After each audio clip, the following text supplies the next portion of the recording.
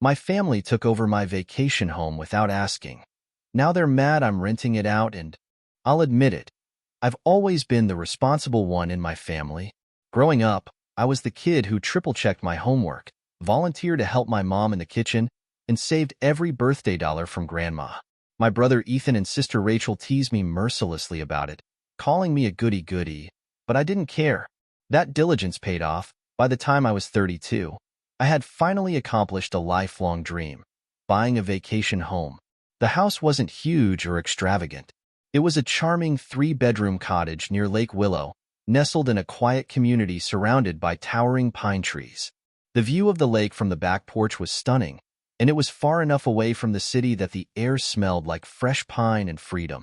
I envisioned weekends of quiet mornings with coffee, afternoons kayaking on the water, and evenings with a good book by the fire. It was supposed to be my personal escape from the chaos of life. At first, my family was supportive. My mom, Cynthia, gushed about how proud she was of me. My dad, Greg, who's usually pretty quiet, even made a rare comment about how impressed he was that I'd managed to afford it on my own. Ethan joked that I should host Mallory's Lake Getaway Retreat for them every summer, and Rachel said she couldn't wait to come visit. It all felt harmless at the time, innocent excitement, but that excitement quickly turned into something else. The first time Ethan borrowed the house without asking, I didn't even know about it until afterward. I'd planned a last-minute trip to the lake one weekend and drove up Friday evening, ready for some much-needed relaxation. When I arrived, I was surprised to see Ethan's car parked in the driveway. The house lights were on, and I could hear voices and music coming from inside. Confused, I knocked on the door. Ethan answered, holding a beer and looking completely unfazed. "Mallory, hey, what are you doing here?" "What am I doing here?" I asked, stunned. "This is my house. What are you doing here?" He shrugged. "Mom said you wouldn't mind. I needed a break, so I figured I'd come up for the weekend. Rachel and I drove up last night." Rachel poked her head out of the kitchen, grinning. "Hi, Mal. This place is amazing. You've got great taste." I was too shocked to say much. They'd made themselves completely at home. There were bags of groceries on the counter, blankets draped over the couch, and a pile of dirty dishes in the sink. It was as if they'd forgotten this wasn't their house. "Next time, let me know, okay?" I managed to say, trying to keep my voice calm. I didn't want to ruin my relationship with my siblings, but I felt an uncomfortable twinge of resentment. I'd worked so hard for this place, and now they were treating it like their personal vacation spot. Ethan waved me off with a laugh. Of course. Sorry about that. We'll be out by Sunday evening." That should have been the end of it, but it wasn't. Over the next few months, my family seemed to develop a collective sense of entitlement toward the house. Rachel took her boyfriend there for a romantic getaway one weekend, leaving the place littered with empty wine bottles and unwashed linens. Ethan hosted a 4th of July barbecue there without telling me, and I found out later from the neighbor, Travis, who kindly texted me to let me know about the wild party. My parents weren't much better. Cynthia, my mom, called me one afternoon and casually mentioned that she and Dad were thinking of spending the week at the house to get some fresh air. "Mom, you need to ask me first," I said, trying to keep my tone firm but respectful. "I've been planning to use the house this weekend." "Oh, Mallory, don't be like that," she said, her voice sweet but dismissive. "It's just for a few days. And you know how much your father and I love that lake. We'll take good care of the place. It's not about that. It's my house, Mom. Our family's house," she corrected, as if I'd forgotten who raised me. "We're family, Mallory. You're not going to say no to your parents, are you?" I hated the guilt trip. I'd always been close to my mom, and the last thing I wanted was to hurt her feelings. But this wasn't a shared family property. It was something I'd worked hard for, and their behavior was making me feel like my efforts didn't matter. Despite my protests, they went to the house anyway. By the time I arrived the following weekend, the fridge was empty, the laundry hadn't been done, and the trash bins were overflowing. When I brought it up to my mom, she brushed it off. "Oh, we ran out of time to clean before we left. I thought you wouldn't mind." I did mind. I minded a lot. As weeks turned into months, the pattern only got worse. Every time I tried to set boundaries, someone found a way to ignore or undermine them. I was torn between standing my ground and avoiding a full-on family feud. The house, which had once been my sanctuary, was starting to feel like more of a burden than a blessing. One day, as I sat at my kitchen table back home, I found myself staring at the stack of bills for the vacation house. The mortgage payment, utility bills, and maintenance costs were starting to pile up. I'd budgeted carefully when I bought the place, but the added expenses of cleaning up after my family were beginning to strain my finances. Something had to change. I decided it was time to draw a line. I wasn't sure how they'd react, but I couldn't keep letting them treat my house like a free-for-all. Little did I know, things were about to get even messier than I could have imagined. After months of my family trampling over my boundaries, I reached my breaking point. The vacation home was becoming less of an escape and more of a magnet for drama and stress. No matter how many times I explained that this house was my property and not a communal space, my family always found a way to twist it into an argument about family values. The straw that broke the camel's back came during Labor Day weekend. I had planned to spend the long weekend at the lake, hoping to relax and recharge. When I arrived, I found my parents, Ethan, Rachel, and 3 of Rachel's friends lounging on the back porch, sipping cocktails like they were at a resort. The sight of them all laughing and having a great time while I was footing the bill hit me like a punch to the gut. It wasn't just that they were there uninvited. It was the sheer audacity of acting like they owned the place. "Mallory," Rachel called out, waving her drink in the air. "Surprise. We thought you'd like some company this weekend." I stared at her, dumbfounded. "You've got to be kidding me." Ethan came over, grinning, completely oblivious to my frustration. "Hey, relax, Mal. We'll clean up before we go. Don't stress." "Don't stress?" I said, my voice rising. "You're not supposed to be here. I plan to use the house this weekend. You can't just show up whenever you feel like it." Rachel rolled her eyes, sipping her drink. "Oh, come on. It's not that big of a deal. We're family. What's yours is ours, right?" "No, that's not how this works," I snapped, my patience finally unraveling. "I bought this house with my own money. I pay the mortgage. I pay for the utilities. I pay for the cleaning. And all of you are treating it like some kind of free vacation rental." Cynthia, my mom, came out of the kitchen, frowning. "Mallory, calm down. There's no need to make a scene. We were just trying to enjoy some time together as a family." "You were trying to enjoy time together," I said, my voice shaking with anger. "At my expense." Greg, my dad, tried to play peacemaker. "Mal, we didn't think you'd mind. We thought you'd be happy we were using the place instead of letting it sit empty." "I do mind," I said firmly. "I've told all of you repeatedly that you need to ask me before coming here. This isn't a family home. It's my home. If you can't respect that, then you can't use it." That was when Rachel dropped the bomb. "Well, maybe you shouldn't have bought a house if you weren't going to share it. It's selfish, Mallory. You're acting like this house is more important than your family." The word stung. For a moment, I was too stunned to respond. Selfish? I'd worked tirelessly to save for this house. I wasn't selfish. I was tired of being taken advantage of. "You know what?" I said finally. "If you all think I'm so selfish, then you won't have to worry about using the house anymore. I'm renting it out." The silence that followed was deafening. Cynthia looked horrified. "You can't be serious." "I'm completely serious," I said. "I'm done with this. If you won't respect my boundaries, then I'll make sure there are boundaries in place that you have to respect." Ethan laughed nervously, as if he thought I was joking. "You're overreacting, Mal. Come on, don't be dramatic." "I'm not being dramatic," I said, my voice icy. "I've already been looking into it. I'll find renters who can appreciate this place instead of taking it for granted. And the locks are getting changed, too." Rachel scoffed. "Oh, so you're going to rent out the house to strangers? That's a great idea, Mallory. Maybe they'll trash the place and you'll come crawling back to us. Strangers would treat this house better than you do." I shot back. Cynthia put her hand on my arm, her voice pleading. "Mallory, don't do this. We're your family. Don't let money come between us." "It's not about money," I said, pulling away. "It's about respect. And clearly, none of you have any for me." I didn't stick around to hear their arguments.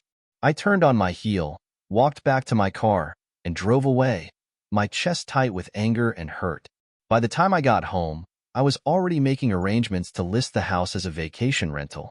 If my family wanted to treat me like a landlord, then fine, I'd be one. Over the next few weeks, I worked with a real estate agent named Claire to get the house ready for renters. She was efficient and straightforward, and I appreciated her no-nonsense attitude. She gave me advice on pricing, took professional photos of the property, and helped me set up an online listing. The first renter, a woman named Jessica, booked the house for 2 weeks in October. It felt strange handing over the keys to a stranger, but it also felt like a relief. For the first time in months, I didn't have to worry about unexpected visits from my family. Predictably, the backlash from my family was immediate. My mom called me at least 3 times a day, begging me to reconsider. Ethan sent me passive-aggressive texts about how family should come first. Rachel posted a cryptic rant on social media about people who let money ruin relationships. I ignored all of it. I'd spent too long letting their opinions control me. This time, I was standing my ground. Jessica moved into the house at the beginning of October, and for a while, things seemed to settle down. I was starting to feel like I'd made the right decision. But then Jessica called me one night, her voice shaky. "Hi, Mallory," she said. "Sorry to bother you, but has anyone else been given a key to the house?" My stomach dropped. "No. Why?" "I think someone's been in here while I was out." When Jessica told me she thought someone had been in the house, my heart stopped. My first thought was that she might have been mistaken. Maybe a repair person had come by, or there had been some sort of mix-up. But her voice, tight with unease, made it clear this wasn't just a minor misunderstanding. "What makes you think someone's been there?" I asked, trying to keep my voice calm. "There were things out of place," Jessica said. "I left my laptop on the dining table, and when I came back, it was on the couch. A couple of drawers in the kitchen were open, too. I know I didn't leave them that way." A chill ran down my spine. "Did you notice anything missing?" "No, nothing's been taken," she said, "but it's still unsettling. I locked the doors before I left. I'm sure of it." I assured Jessica I'd look into it immediately. After we hung up, I sat in my apartment, staring at my phone, torn between disbelief and anger. No one should have had access to the house except for me, Jessica, and the real estate agent. I couldn't help but suspect my family, but the thought made me sick. Could they really stoop that low? The next morning, I drove to the lake house, determined to figure out what was going on. I'd called Claire, my real estate agent, on the way, and she confirmed that no one else should have had a key. When I arrived, Jessica was visibly relieved to see me. She explained everything in more detail, pointing out the small disturbances that had unnerved her. Nothing major was missing or damaged, but it was clear someone had been there. "Do you have cameras set up?" Jessica asked. "Maybe you can check the footage?" I felt a pang of embarrassment as I admitted I didn't. When I'd rented out the house, I hadn't thought security cameras were necessary. It was a quiet neighborhood, and I trusted that my family wouldn't interfere. Now, I was regretting that decision. "I'll get cameras installed right away," I said, "and I'll make sure this doesn't happen again." "I'm so sorry for the trouble." Jessica nodded, though she still seemed uneasy. "Thank you. I hope it's not someone dangerous." Her words lingered in my mind as I left. That night, I couldn't sleep. I kept imagining scenarios: an opportunistic burglar, a nosy neighbor, or, worst of all, one of my family members crossing a line I never thought they would. I decided to take action. The following day, I called a locksmith to change the locks on the house. I also had a security system installed with cameras that covered the entrances and common areas. It was an expense I hadn't planned for, but it felt necessary now. Not long after, I got my answer about who had been entering the house.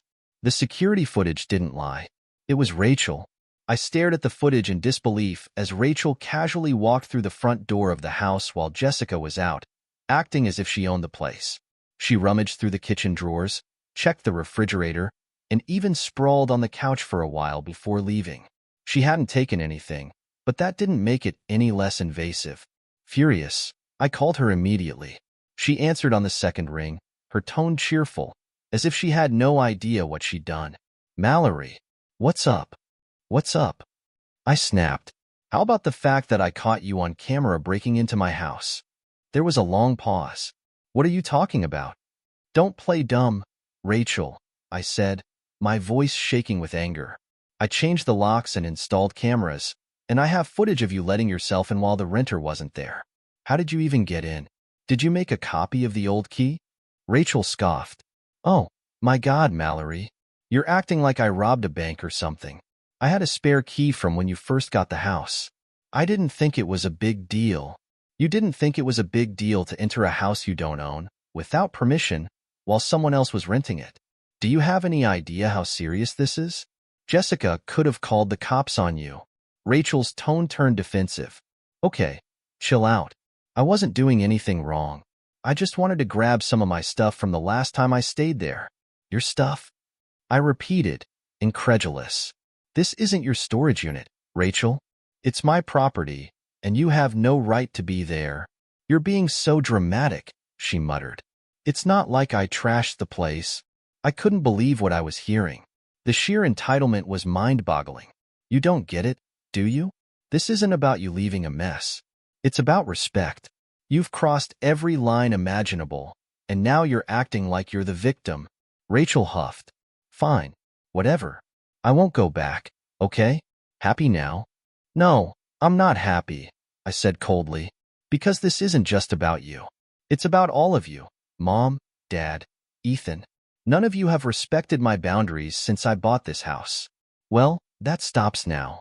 If any of you set foot in that house again without my permission, I will call the police. The threat hung in the air, heavy with finality. Rachel started to protest, but I hung up before she could finish. I was done arguing.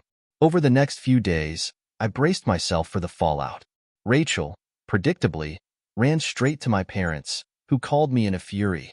Mallory, my mom said, her voice sharp with disapproval. What's this about you threatening to call the police on your sister? Did Rachel tell you why I said that? I asked. Because she broke into the house while someone else was renting it. That's trespassing, Mom. She didn't break in, my mom said, as if that somehow made it okay. She just used the key she already had. That's still trespassing, I said firmly. And it's completely unacceptable. You're blowing this out of proportion, she said. Rachel didn't mean any harm. She's your sister. That doesn't give her a free pass to do whatever she wants, I said. I don't care if it was Rachel, Ethan, or you. If anyone does this again, I'll treat it like I would with any stranger. Family or not. My mom fell silent, clearly stunned. I could tell she wanted to argue, but I wasn't backing down. I hung up feeling exhausted but resolute. This was my house, and I was done letting my family walk all over me. But deep down, I couldn't shake the feeling that this wasn't over yet. For a while, things were quiet. Too quiet. After my confrontation with Rachel and my stern warning to the rest of my family, I thought they'd finally gotten the message. I hadn't heard much from them since that heated phone call with my mom, and I was relieved to have some peace. Jessica finished her stay at the house with no further issues, and my next few renters came and went without any complaints. For the first time in months, I felt like I was regaining control of my life and my property. But then Travis, my next-door neighbor at the lake house, called me. Hey, Mallory, he began, his voice hesitant. This might be nothing, but I thought you should know. There's been some unusual activity at the house lately. I frowned. What kind of activity? Well, I've seen your brother there a couple of times over the past week, Travis said. He showed up late at night and left early in the morning. I didn't want to assume anything, but I thought you had renters there right now? I felt my stomach twist into a knot. I did have renters, a family of 4 who'd booked the house for the week. There was no reason Ethan should have been anywhere near the property. Are you sure it was him? I asked, my voice tight. Positive, Travis said. I know Ethan pretty well, and it was definitely him. I even saw him taking something out to his car one night, but I didn't want to pry.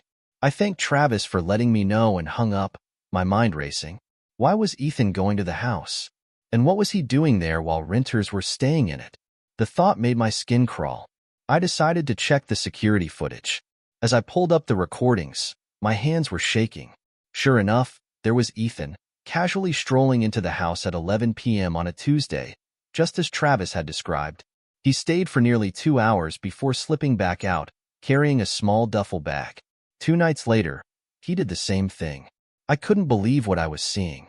After everything I'd said, after the locks, the cameras, the confrontation, they were still crossing the line. It wasn't just infuriating. It was heartbreaking. I called Ethan immediately. He answered with a cheerful, "Hey, Mallory, what's up?" "Don't what's up me," I snapped. "What were you doing at my house last week?" The pause on the other end of the line was all the confirmation I needed. What are you talking about?" "Don't play dumb, Ethan," I said, my voice rising. "I have you on camera going into the house, twice, while renters were staying there." "Explain yourself," Ethan sighed, his tone shifting to defensive. "Oh, come on, Mallory. It's not a big deal. I just needed to grab a few things I left behind." "You what?" I said, incredulous. "That's the same excuse Rachel gave me, and it wasn't valid then, either." "You're trespassing, Ethan. Do you understand how serious this is?" "Relax," he said dismissively. "It's not like I was bothering the renters. I was in and out. They didn't even know I was there." "That's not the point," I yelled. "You had no right to be there. You violated their privacy, and mine. Do you have any idea what kind of legal trouble I could be in if they found out? You're lucky they didn't call the cops." "Fine, I won't do it again," he muttered. "Is that what you want to hear?" "It's not about what I want to hear," I said through gritted teeth. "It's about respect, Ethan. And clearly, you don't have any." I hung up, furious. But the more I thought about it, the more uneasy I became. Why would Ethan need to sneak into the house at night to grab a few things? The duffel bag he carried out on the footage gnawed at me. What was he taking? The next day, I drove up to the lake house to investigate. The renters had already checked out, so I had the place to myself. I scoured every inch of the house, looking for anything unusual. At first, everything seemed normal, but then I opened the closet in the guest bedroom and froze. Inside was a box labeled with Ethan's handwriting. It was filled with what looked like old tools, a stack of paperwork, and a lockbox. My heart pounded as I opened the lockbox, half expecting to find something sinister. Instead, I found rolls of cash and a small bag of what looked like pills. I stared at the contents, my mind racing. What the hell was Ethan doing? Why was he storing cash and drugs in my house? And why had I found it here of all places? I quickly packed everything into my car and drove straight to Travis's house. He greeted me with a concerned look. "Mallory? Everything okay?" "Not really," I admitted. "I found something in the house and I need your opinion." I showed him the box and its contents, and his expression darkened. "This doesn't look good," he said. "If I had to guess, I'd say Ethan's been using your house as some kind of stash spot. You need to be careful, Mallory. This could get messy." Messy didn't even begin to cover it. I felt sick as I realized the implications. If someone else had found this box, one of the renters, the police, it would have been me in trouble, not Ethan. My name was on the deed. My name was on the rental agreement. And yet, here I was, cleaning up his mess. That night, I confronted Ethan again, this time in person. I showed him the box and demanded an explanation. At first, he denied everything, but when I refused to back down, he finally cracked. "Fine," he said, throwing up his hands. "I've been in a tight spot, okay? I owed some people money, and I needed a safe place to keep my stuff. I didn't think it was a big deal." "Not a big deal?" I repeated, my voice trembling with rage. "You used my house to stash cash and drugs, Ethan. Do you have any idea what kind of risk you put me in? What if the renters had found this?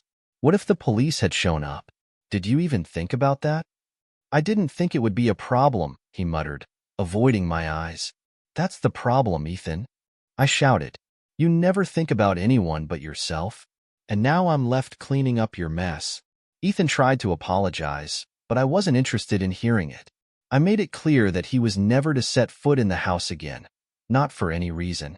And I meant it this time. As I drove home, I felt a mix of anger and sadness. This wasn't just about the house anymore. It was about the deep cracks in my family dynamic, the entitlement, the lack of accountability, and the way they'd taken me for granted for years. Something had to change. And if they weren't willing to change, then I'd have to protect myself, no matter how much it hurt. After confronting Ethan, I realized the problems with my family ran deeper than I'd ever admitted to myself. It wasn't just about the house anymore. It was about a pattern of entitlement and boundary crossing that had been going on for years. The house was just the latest battleground, and I was determined to win this time. The day after our confrontation, I met with Claire, my real estate agent, to discuss the situation. I explained everything: Ethan's trespassing, the stash I'd found, and my growing concerns about my family's behavior. Claire listened carefully, her brow furrowed. "You've got to protect yourself, Mallory," she said firmly. "If they've crossed this many lines already, there's nothing stopping them from doing it again. Have you thought about involving a lawyer?" The idea made my stomach churn, but I knew she was right. This wasn't just a family squabble anymore. It was a legal and financial risk. If my family continued to interfere with the house or the renters, I could face serious consequences. I needed to make sure I was covered. The first thing I did was hire a lawyer named Eric, who specialized in property disputes. He was professional and straightforward, and he didn't sugarcoat the situation. "Mallory, you're in a tricky spot," Eric said during our first meeting. "Because your family feels entitled to the house, they're not going to respect your boundaries unless you make it clear there are legal consequences for crossing them." We worked together to draft a formal letter to my family, outlining the rules and boundaries for the house. It stated that the property was solely mine, that any unauthorized entry would be considered trespassing, and that I would take legal action if necessary. It wasn't an easy letter to write, but it was necessary. I sent the letter to my parents, Ethan, and Rachel, and the reaction was immediate. My mom called me in tears, accusing me of turning my back on the family. Ethan texted me a string of angry messages, calling me dramatic and selfish. Rachel posted another vague rant on social media about people who think money is more important than family. It hurt, but I stood firm. I'd spent too long letting their guilt trips control me, and I wasn't going to let it happen anymore. Meanwhile, I started taking additional steps to secure the house. I installed more security cameras, added a reinforced door lock, and even put up a sign warning that the property was under surveillance. I wanted to make it crystal clear that the house was off limits. One unexpected bright spot during this time was Jessica, the renter who'd first alerted me to the break-ins. She reached out to check in and offered to leave a glowing review of the property online. "I know it's been a tough situation," she said, "but you've handled it so well. I'm sure future renters will feel safe knowing you're on top of things." Her kindness reminded me that not everyone was like my family. There were people out there who respected boundaries and appreciated my efforts. It was a small comfort, but it meant a lot. Then came the final showdown. About a month after I'd sent the formal letter, I got an alert from the security system. Someone had triggered the motion sensor at the back door of the house. I pulled up the camera feed on my phone and saw my mom and dad standing there, trying to unlock the door with what looked like an old key. I was livid. After everything I'd said, after all the warnings, they were still pushing the limits. I called my mom immediately, watching them fumble with the lock as the phone rang. She answered on the second ring. "Mom, what are you doing at the house?" I asked, my voice icy. "We just wanted to check on things," she said defensively. "We thought you wouldn't mind." "I do mind," I snapped. "I've told you over and over that you're not allowed to be there without my permission. Did you even read the letter I sent you?" "Mallory, we're your parents," she said, as if that excused everything. "We're not strangers. We have every right to be here." "No, you don't," I said firmly. "This isn't a family property. It's my property. And if you don't leave right now, I'll have no choice but to call the police." That got her attention. "You wouldn't," she said, her voice shaking. "Try me," I said. There was a long silence, and then I saw my dad put his arm on her shoulder and gently guide her away from the door. They left without another word, and I sat there, shaking with a mix of anger and sadness. It was one of the hardest things I'd ever done, but it was also necessary. They needed to understand that I was serious. After that incident, things finally began to settle down. My family stopped calling and texting as much, and for the first time in months, I felt like I could breathe again. I continued renting out the house, and the reviews from renters were overwhelmingly positive. The extra income was a huge help, and I finally started to enjoy the freedom and stability I'd worked so hard to achieve. One day, I got a letter in the mail from my mom. It wasn't an apology, exactly, but it was an acknowledgement of sorts. She wrote that she understood why I'd been so upset, and that she hoped we could rebuild our relationship in time. It wasn't perfect, but it was a start. As for Ethan and Rachel, I kept my distance. I still loved them. They were my siblings, after all, but I knew I couldn't let them back into my life until they showed they could respect my boundaries. Whether that would ever happen, I wasn't sure. Looking back, the whole experience was a painful but necessary lesson. I'd always been the responsible one in my family, the one who kept everything running smoothly and put everyone else's needs ahead of my own. But owning the house and standing up for it taught me the importance of putting myself first sometimes. The lake house wasn't just a place to escape to anymore. It was a symbol of my hard work, my independence, and my ability to stand up for what mattered to me. And no one, not even my family, could take that away from me.